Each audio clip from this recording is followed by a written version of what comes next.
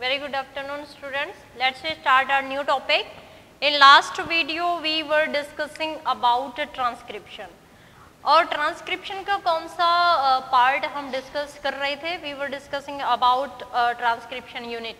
तो हमने पढ़ा था कि ट्रांसक्रिप्शन यूनिट हैं वो 3 टाइप्स हमारी ट्रांसक्रिप्शन यूनिट हैं. तो डीएनए के 3 सेगमेंट्स होते हैं जहाँ पे ट्रांसक्रिप्शन डिपेंड होता है, promoter, structural gene and terminator. तो ये सारी चीज़ें हमने लास्ट वीडियो में डिस्कस कर ली थी. आज हम पढ़ने वाले हैं ट्रांसक्रिप्शन प्रोसेस के बारे में. तो हमारा ट्रांसक्रिप्शन प्रोसेस है वो दोनों सेल में होता है, यूकैरियोटिक में भी होता है और प्रोकैरियोटिक में भी होता है. अब आपको ये तो पता ही है कि प्रोकैरियोटिक में न्यूक्लियस वेल डिफाइंड न्यूक्लियस नहीं होता. तो ट्रांसक्रिप्शन प्रोसेस प्रोकैरियोट्स में कहाँ होता है? साइटोसोल में होता है. और यूकैरियोट्स में कहाँ होता है? न्यूक्लियोप्लाज्म में होता है. डीएनए से आरएनए की सिंथेसिस होना या आरएनए की फॉर्मेशन, डीएनए का डबल स्टैंडर्ड डीएनए का एक स्ट्रैंड अगर एमआरएनए बना रहा है या you can say not sorry mRNA you can say RNA की फॉर्मेशन कर रहा है तो उस प्रोसेस को हम ट्रांसक्रिप्शन कहते हैं. तो देखिए अभी ट्रांसक्रिप्शन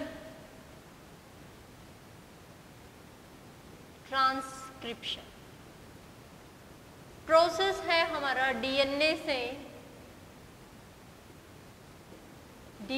से आरएनए बनना, आरएनए, और जनरली लिख देते हैं क्योंकि एमआरएनए हम लेके चलते हैं इसीलिए बाकी सारे आरएनए इसी से बनते हैं. तो ट्रांसक्रिप्शन आप ये भी जानते हो कि हमारी सेल में जितने भी प्रोसेस हैं सारे के सारे एंजाइमेटिक रिएक्शन होती हैं वहाँ पे. तो यहाँ कौन सा एंजाइम डीएनए से आरएनए बनाने में हेल्प करता है? तो ये हमारा DNA dependent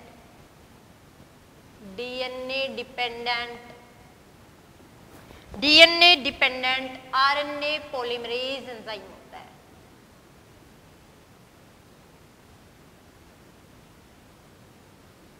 The enzyme is the transcription process is mediated by DNA dependent RNA polymerase. Polymerization हो रही है किसकी? RNA की. इसीलिए एंजाइम कौन सा है? RNA polymerase एंजाइम है. और किस पे डिपेंड है? That is depend on template strand of DNA. That's why this enzyme is DNA dependent RNA polymerase. Enzyme तो तभी एक्टिवेट होता है जब उसको एनर्जी की जरूरत होती है. तो यहाँ एनर्जी की भी जरूरत होती है. हमने मटेरियल्स रिक्वायर्ड फॉर ट्रांसक्रिप्शन में ये पढ़ा था कि हमारे आरएनए पॉलीमरेज को जब एनर्जी मिलती है तभी वो एक्टिवेट होता है. तो यहाँ पे प्रोकैरियोट्स में और यूकैरियोट्स में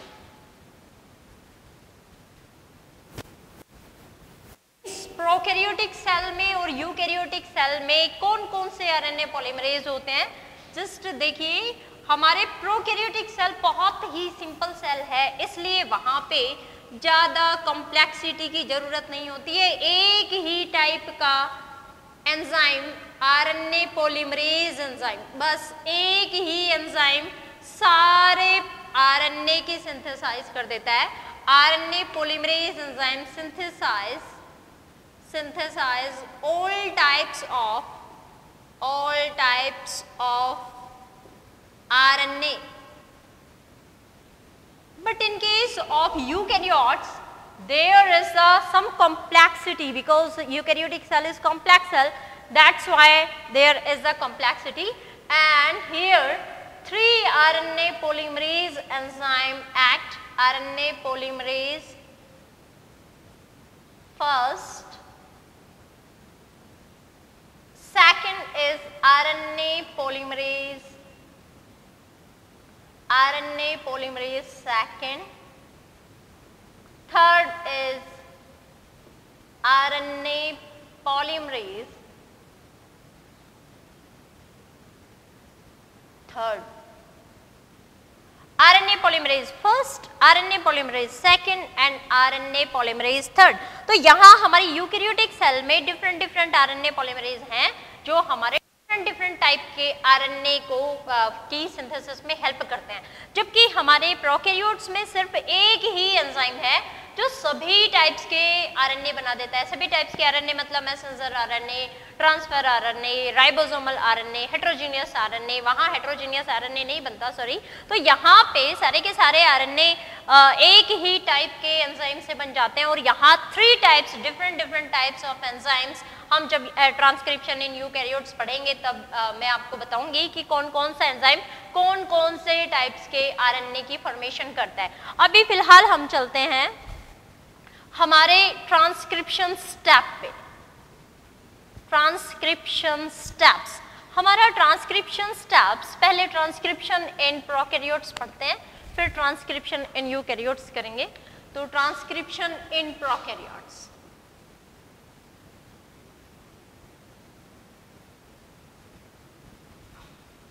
अभी मैंने बताया कि बहुत ही सिंपल सेल्स होती हैं, इसीलिए ज़्यादा कॉम्प्लेक्सिटी की ज़रूरत नहीं होती इनको, लेकिन स्टेप्स तो तीनों वही होती हैं जो यूकैरियोटिक सेल में होती हैं। मीन्स ट्रांसक्रिप्शन की फर्स्ट स्टेप है, जब भी कोई फर्स्ट स्टेप होती है तो उसे हम क्या बोलते हैं, वहाँ पे इनिशिएशन मतलब स्टार्टिंग होता है, तो इसीलिए उस स्टेप को हम बोलेंगे इनिशिएशन। सेकेंड इज भाई प्रोसीजर हमारा प्रोसीड हो रहा है, that is known as elongation, and third is termination.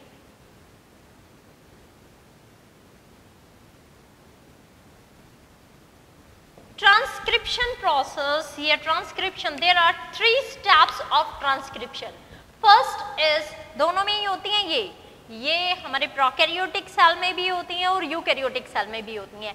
यहाँ पे हम कुछ अभी प्रोकैरियोट सेल के बारे में बता रहे हैं, तो यूकैरियोट सेल के बारे में बताएंगे, तब भी ये तीनों स्टेप्स करेंगे। तो देखिए इनिशिएशन का मतलब क्या है कि यहाँ पे स्टेप्स या यहाँ पे हमारा प्रोसेस है वो स्टार्ट हो रहा है, that is going to start. कैसे स्टार्ट हो रहा है अभी पढ़ेंगे।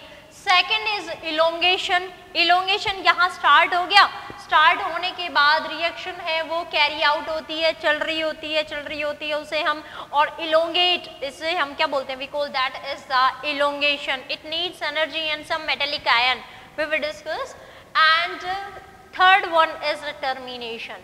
जब कोई भी रिएक्शन चलती है तो वो चलती ही नहीं रहती, क्योंकि अगर चलती रहती है तो वो हमारा डिसऑर्डर में काउंट हो जाता है, वो फंक्शन फिर प्रोसीड होना मतलब डिसऑर्डर, दैट इज।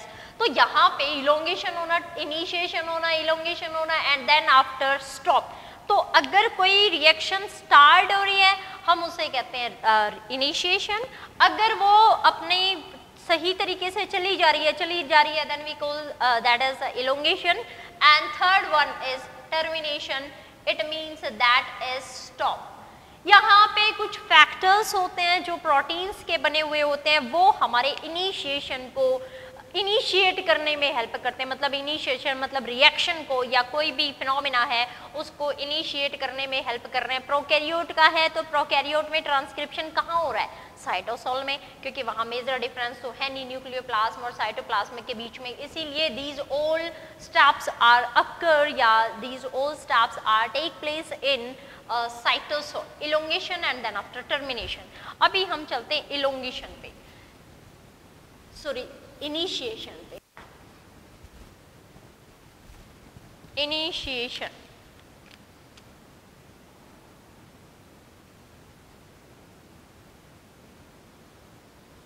जब रिएक्शन प्रोकैरियोट्स में इनिशिएट होती है तो ये ऐसे ही इनिशिएट नहीं होती।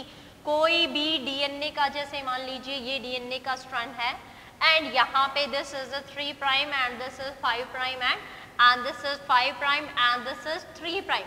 तो यहाँ पे कोई भी ऐसा पॉइंट नहीं होता कि जहाँ पे किसी भी पॉइंट पे इनिशिएशन हो जाए। यहाँ कोई पर्टिकुलर ही ऐसा पॉइंट होता होगा जहाँ पे इनिशिएशन हो, और उस पर्टिकुलर पॉइंट को हम क्या बोलते हैं, वी कॉल दैट इज, जहाँ पे इनिशिएशन होता है उस पर्टिकुलर पॉइंट को रिकॉग्नाइज किया जाता है। रिकॉग्नाइज कौन करता है, वो भी स्पेशल टाइप के कुछ एंजाइम्स होते हैं, वो किसी के साथ बाइंड अप होके फिर उस चीज को रिकॉग्नाइज करते हैं।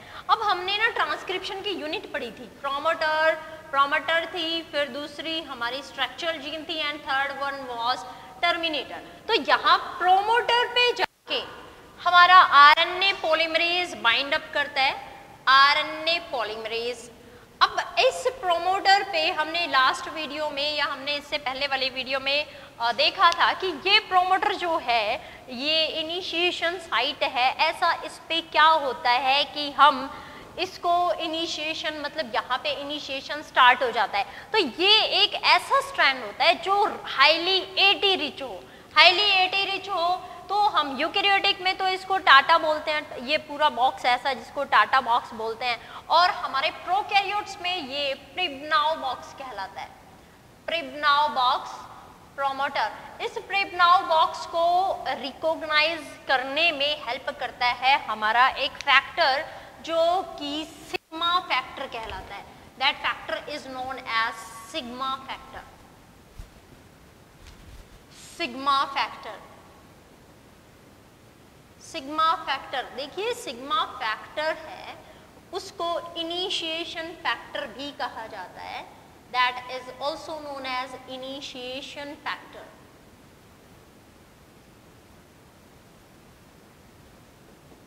Sigma factor, this is sigma factor and this is also known as initiation factor. ये sigma factor हमारे RNA polymerase के साथ जाके RNA polymerase के साथ, RNA polymerase क्या है? एंजाइम। RNA polymerase के साथ जाके बाइंड अप करता है और बाइंड अप करने के बाद वो ये सिग्मा फैक्टर हो गया and this is the core enzyme and this core enzyme is RNA polymerase, polymerase। एक ऐसा जब हमारा इनिशिएशन ट्रांसक्रिप्शन इनिशिएट होता है तो इनिशिएशन से पहले सिग्मा फैक्टर और आरएनए पॉलीमरेज दोनों आपस में एग्रीगेट या कॉन्जुगेट होते हैं, जिसकी वजह से ये जाके डीएनए के स्ट्रैंड पे उस यूनिट को पहचानते जहां जिस यूनिट को हम प्रोकैरियोट्स के केस में प्रिबनाउ बॉक्स कहते हैं, means which is the eighty rich. This sequence is this is the strand of DNA 3 prime to 5 prime and this is 5 prime to 3 prime. Now this is the sigma factor and this is the core enzyme and that core enzyme is known as, this core enzyme is known as RNA polymerase.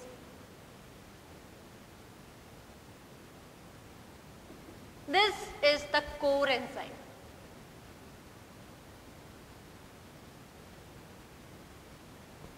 ये दोनों ही complex structure बन गए और ये दोनों ही हमारे initiation में help करते हैं। यहाँ पर कोर एंजाइम है, it is also made of units and that units are 2 alpha, means it is made up of 2 alpha units, 2 beta and 1 is omega. So you can say this core enzyme is made up of alpha, alpha prime, beta, beta prime and intermediate unit and that is known as omega, omega.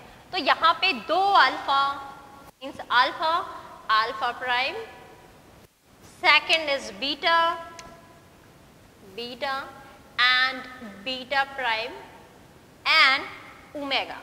Core enzyme is made up of 5 subunits, alpha, alpha prime, beta, beta prime and omega. तो ये जो structure जो आपको इसकी outer structure दिखाई दे रही है means हमारे सिग्मा फैक्टर के अलावा वो कोर एंजाइम कहलाती है। दिस सिग्मा फैक्टर को आप निकाल दीजिए, सिग्मा फैक्टर को निकालने के बाद जो यूनिट बच जाती है वो यूनिट बनी हुई है alpha, alpha prime, beta, beta prime and omega सब यूनिट से। यहाँ पे टोटल फिर जब अगर इनके साथ जब इनिशिएशन होता है तो सिग्मा फैक्टर भी ऐड हो जाता है और फिर हमारा एक इनिशिएशन फैक्टर इसके साथ ऐड होके टोटल हमारी ट्रांसक्रिप्शन की फर्स्ट स्टेप को इनिशिएट करते हैं, जिसे हम इनिशिएशन बोलते हैं। और ये सबसे पहले जो हमारा सिग्मा फैक्टर है, ये किसको रिकॉग्नाइज करने में हेल्प करता है? This help to recognise promoter unit. तो ट्रांसक्रिप्शन की सबसे पहली यूनिट होती है वो प्रोमोटर यूनिट ही होती है। एंड प्रोमोटर यूनिट रिकॉग्नाइज करने में कौन हेल्प करता है? काम कौन करेगा? RNA polymerase enzyme. RNA polymerase enzyme जो काम करेगा उसका डायरेक्शन, एक चीज का ध्यान रखना कि हमारे डीएनए डिपेंडेंट डीएनए पॉलीमरेज जिसने रेप्लिकेशन में पूरा हेल्प किया था, मींस जिसने रेप्लिकेशन रिएक्शन किया था, दूसरा है डीएनए डिपेंडेंट आरएनए पॉलीमरेज, ये डीएनए से आरएनए के सिंथेसाइज करेगा। तो इनकी जो डायरेक्शन है जिसमें इनका रिजल्ट बनता है वो हमेशा 5 प्राइम टू 3 प्राइम होती है। और ये हमेशा ऐसे ही काम करते हैं जिसका स्ट्रैंड की पोलरिटी होगी वो 3 प्राइम टू 5 प्राइम होगी। चलिए देखिए, अब प्रोमोटर को रिकॉग्नाइज करने के बाद ये यहाँ पे अपना रिएक्शन इनिशिएट करते हैं, अपना स्टेप इनिशिएट करते हैं, and we call this is the initiation. अब इनको एनर्जी की भी जरूरत होती है, और जो एनर्जी है वो हमारी हाईली न्यूक्लियोटाइड्स होते हैं, हाईली एनर्जी रिच न्यूक्लियोटाइड्स होते हैं, ATP, GTP, CTP and UTP. यहाँ पे आने के बाद हमारा सिग्मा फैक्टर्स जैसे ही इसके साथ बाइंड अप करता है, बस सिग्मा फैक्टर का यही काम है कि it help in only and only in initiation. जैसे इलोंगेशन स्टेप होती है तो इलोंगेशन में हमारा सिग्मा फैक्टर हमारे कोर एंजाइम से अलग हो जाता है। कोर एंजाइम मींस हमारा आरएनए पॉलीमरेज, और वो हमारी सेकंड स्टेप को इलोंगेट करता है। So look here, the second step of the transcription that is elongation.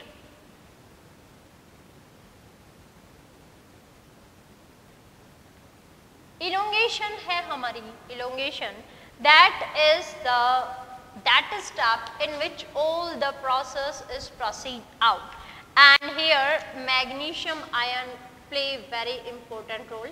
यहाँ पे magnesium ion और energy, जैसे जैसे एनर्जी मिलेगी वैसे वैसे हमारे डीएनए का हेलिक्स अपने आप टूटता जाएगा।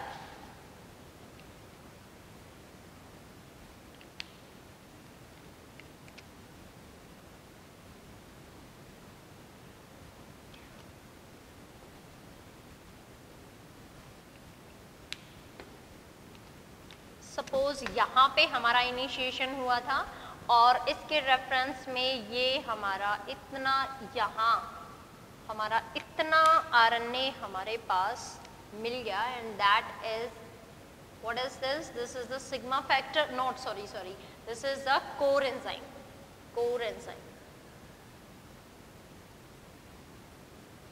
ये रिएक्शन तभी प्रोसीड होंगी जब हमारे दोनों हेलिक्स आपस में खुल जाएंगे। दोनों हेलिक्स के बीच का ये कोर एंजाइम है, and this form the base pairing, and this is the nascent RNA. This is the nascent RNA, you can say hnRNA.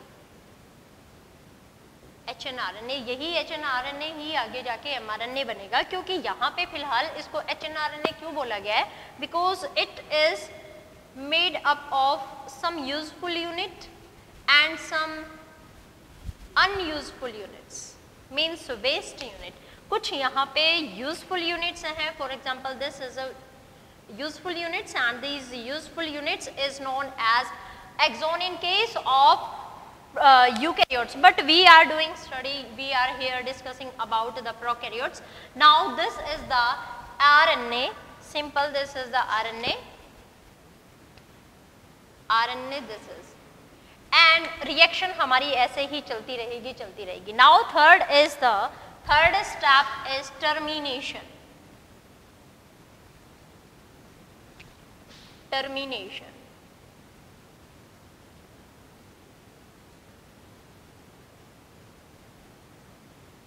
जैसे हमारा इनिशिएशन किसी स्पेशल प्रोटीन फैक्टर की हेल्प से इनिशिएट हुआ, वैसे ही हमारा एक ऐसा पॉइंट आता है डीएनए के स्ट्रैंड पे, एक ऐसा पॉइंट आता है जहाँ पे ये सारी रिएक्शन रुक जाती है, और उस पॉइंट को हम क्या बोलते हैं, उसको हम बोलते हैं, उस जगह को या उस पोजीशन को हम बोलते हैं terminator, that is known as terminator,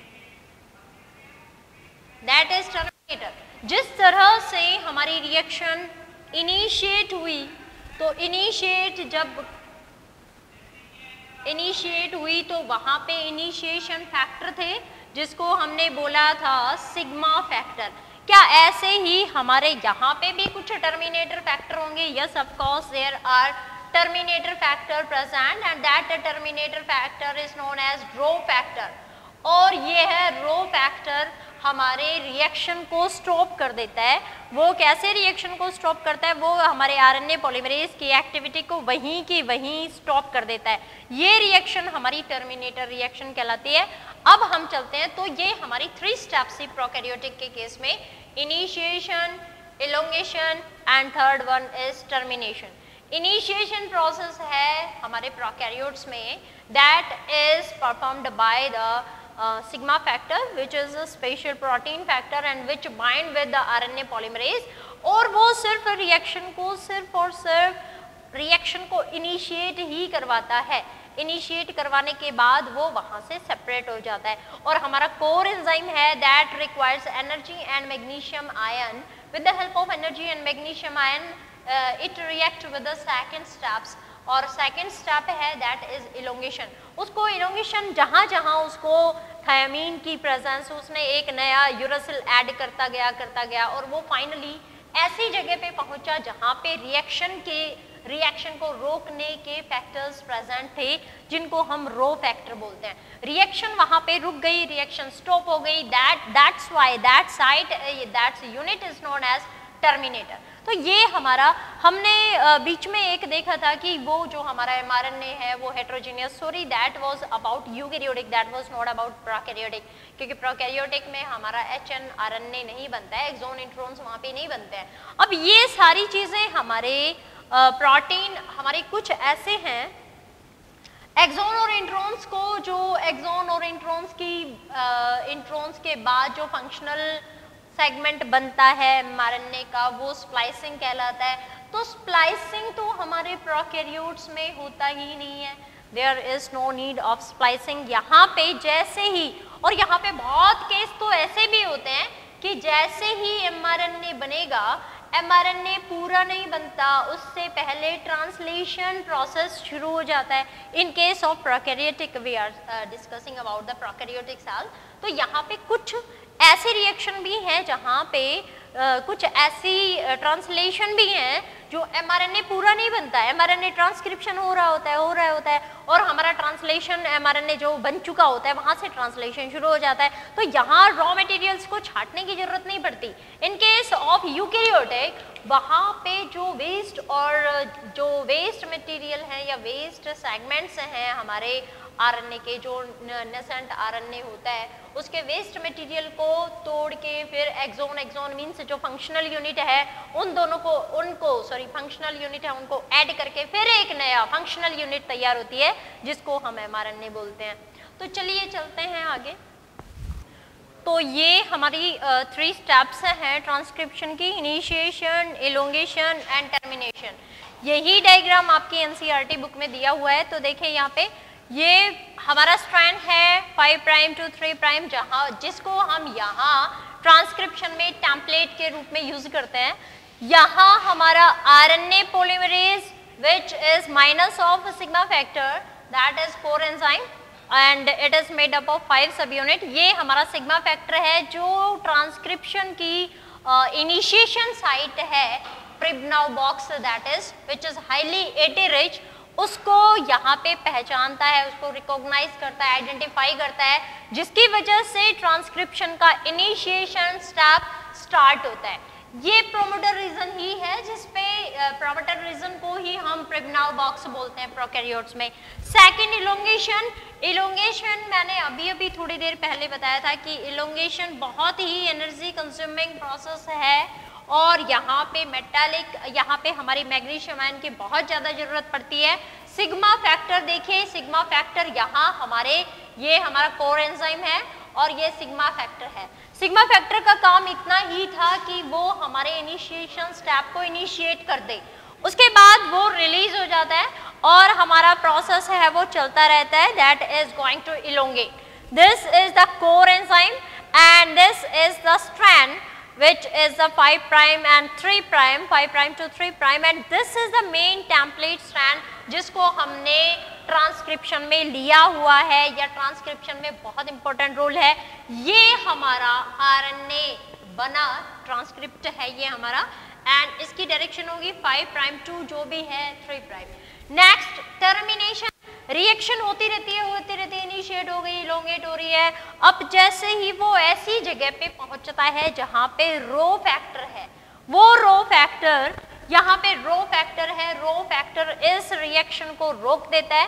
रोकने के बाद आरएनए, हमारा जो नेसेंट आरएनए है वो अलग हो जाता है, कोर एंजाइम अलग हो जाता है, क्योंकि उनकी एफिशिएंसी यहाँ आके स्टॉप हो जाती है, खत्म हो जाती है। और रो फैक्टर है वो आरएनए पॉलीमरेज को अपने साथ बाइंड अप करके, आरएनए पॉलीमरेज को अपने साथ बाइंड अप करके साइटोसोल में ले जाता है, पॉलीमरेज एंजाइम। तो इस तरह से ये सारी की सारी 3 स्टेप्स हैं जो हमारे प्रोकैरियोट्स में होती हैं, हमारे यूकैरियोट्स में भी तीनों होती हैं, लेकिन यहाँ पे ये जो हमारा एचएनआरएनए बनता है हमारे यूकैरियोट्स के